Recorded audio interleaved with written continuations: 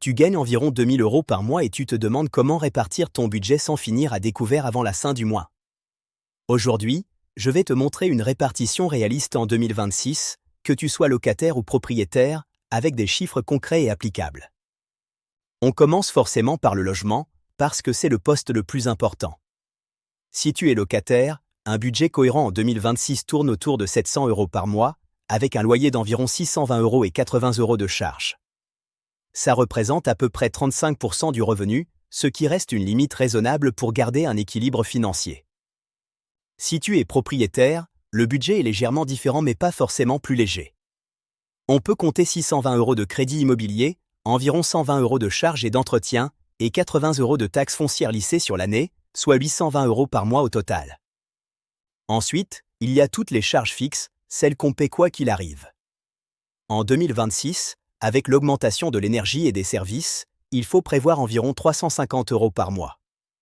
Ça inclut l'électricité et le gaz autour de 150 €, l'Internet et le téléphone pour 80 €, l'assurance habitation à 30 € et quelques abonnements aux services du quotidien pour environ 90 €. On passe maintenant à l'alimentation, un poste qui a clairement augmenté ces dernières années. Pour une personne seule, un budget réaliste se situe autour de 330 € par mois. En moyenne, ça correspond à 270 € de courses et 60 € pour les restaurants, cafés ou repas à l'extérieur.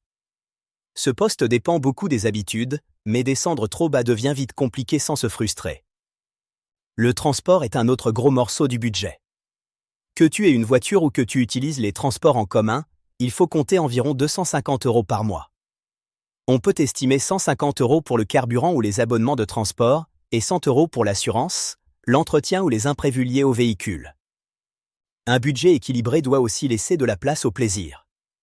Pour les loisirs et la vie sociale, un montant autour de 170 € par mois permet de sortir, faire du sport, payer des plateformes de streaming ou financer des activités personnelles, sans avoir l'impression de se priver constamment.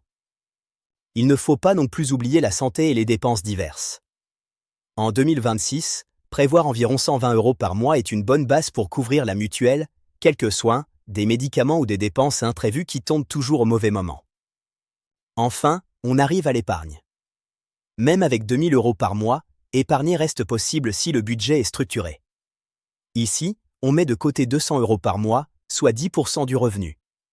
Cette somme peut servir à construire une épargne de sécurité, préparer des projets ou commencer à investir. L'idée, c'est de se payer en premier, avant que l'argent ne disparaisse ailleurs. Au final, avec cette répartition, on couvre toutes les dépenses essentielles, on garde une vie sociale, et on met de l'argent de côté, sans vivre dans la frustration. Si tu es locataire ou propriétaire, dis-le-moi en commentaire et dis-moi aussi si ce budget se rapproche du tien. Abonne-toi si tu veux d'autres vidéos concrètes sur la gestion de budget et les finances personnelles en 2026.